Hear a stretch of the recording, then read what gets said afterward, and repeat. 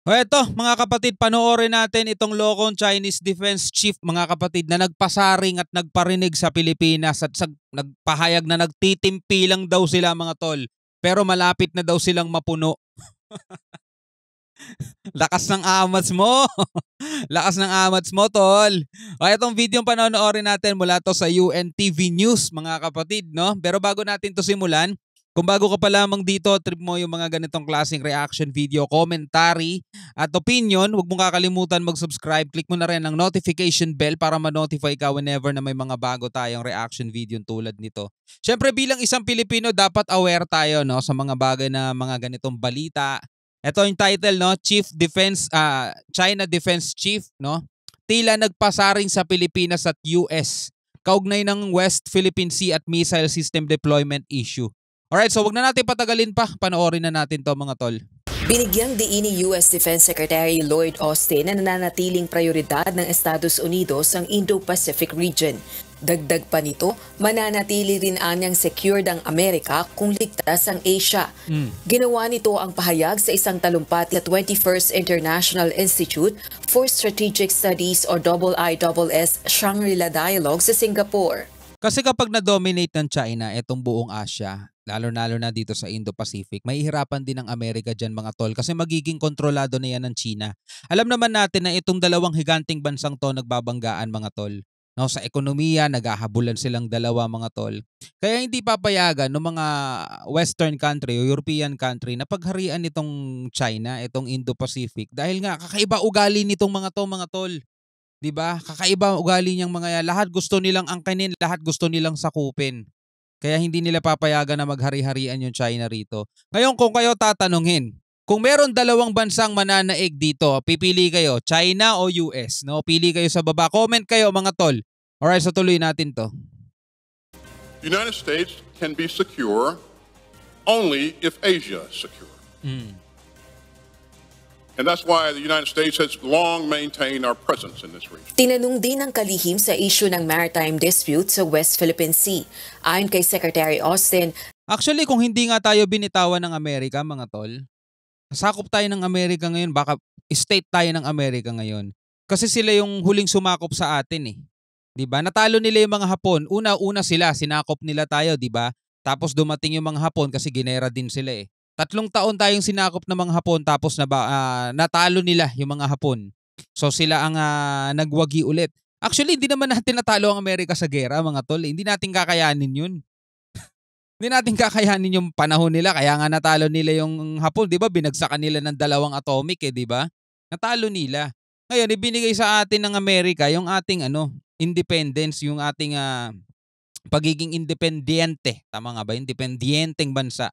Pero kung hindi at hinawakan lang talaga nila tayo, baka tulad tayo sa Hawaii. 'Di ba? 'Yun, part ng Amerika 'yon, mga tol. Eh kaso binitawan nila tayo mga tol eh.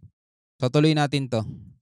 nananatiling matibay ang pangako ng Amerika sa Pilipinas. Sa gitna ito ng maigting na tensyon sa pinagtatalunang teritoryo.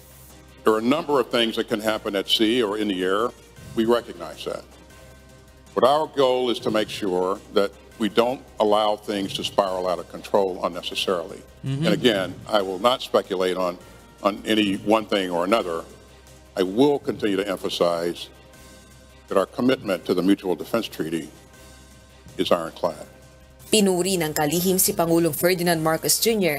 na nagbigay ng keynote address sa pagbubukas ng Asia's Top Defense Summit. Actually, marami mga Pilipino rin ang pumuri, no? Nabilib no kay President Marcos. Kasi sinabi niya nga doon sa speech niya, mula nung maupo siya at nanumpa, no, bilang presidente ng Pilipinas, ginagawa niya yung tungkulin niyang ipaglaban, ipagtanggol at protektahan yung ating nasasakupan, mga tol. Kasi tungkulin niya yun eh. 'Di ba? Hindi siya nandiyan para makipaggera lang ng wala, trip niya lang makipaggera, hindi. 'Di ba? Kailangan natin protektahan kung ano yung atin kasi nakakahiya sa future generation, mga tol, na ang may kikwento natin ano nangyari, bakit wala na tayo West Philippine Sea o pinamigay ng mga dating presidente. Sumuko, 'di ba, nakakahiya at malalagay siya sa history na isa sa mga presidenteng naduwag. O ngayon meron na tayong isa. Ayaw na dumagdag ni Marcos sa isa pa na mga presidenteng naduwag sa mga mananakop na bansa, o 'di ba? History yun, habang buhay yun mga tol. Habang panahon yun, maaalala ka ng mga tao, ay ikaw pala yung ikaw pala yung presidente ng Pilipinas. O siya pala yung presidente ng Pilipinas na ang daming inubos na Pilipino dahil addict daw. pero pero nakayuko kay Xi Jinping, o di ba? Sa kanyang makasaysayang talumpati, iginiit ni PBBM na gagawin ng Pilipinas ang lahat upang protektahan ang soberanya ng bansa.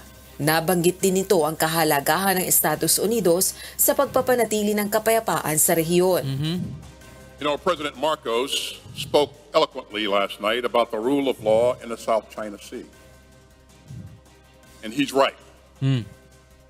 Every country, large or small, has the right to enjoy its own maritime resources and to freely sail and operate wherever international law allows. Di ba?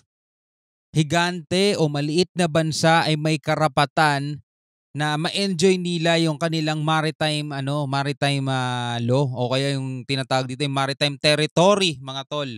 'Di ba? Bawat bansa na nandirito, for example sa Asia, 'di ba? Vietnam ka man, Malaysia, Brunei nga may pinakamaliit eh. Kung titignan mo dun sa kanilang exclusive economic zone, Brunei ang may pinakamaliit, mga tol. Isang diretso lang ganun eh. Oh.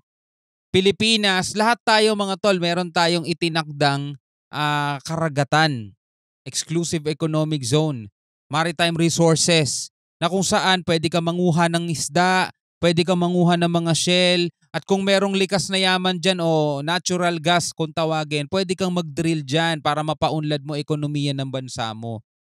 Diba? Maliit man o higanting bansa. Ang problema dito sa atin mga tol, meron tayong kapitbahay na bansa na ubod ng pagkaganid. Lahat gusto kanila. Lahat ng resources dyan.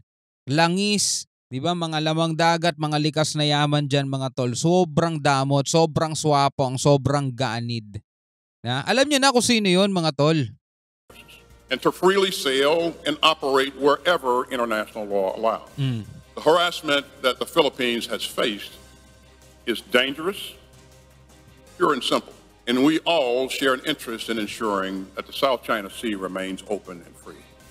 Samantala, sa kaparehong Yan, ito na yung Abnoy. event, tila nagpasaring naman ang Minister of Defense ng China laban sa Pilipinas at Estados Unidos. Tinuligsa rin ito ang sinasabing outside forces upang i-provoke ang China. Ito na yung Abnoy.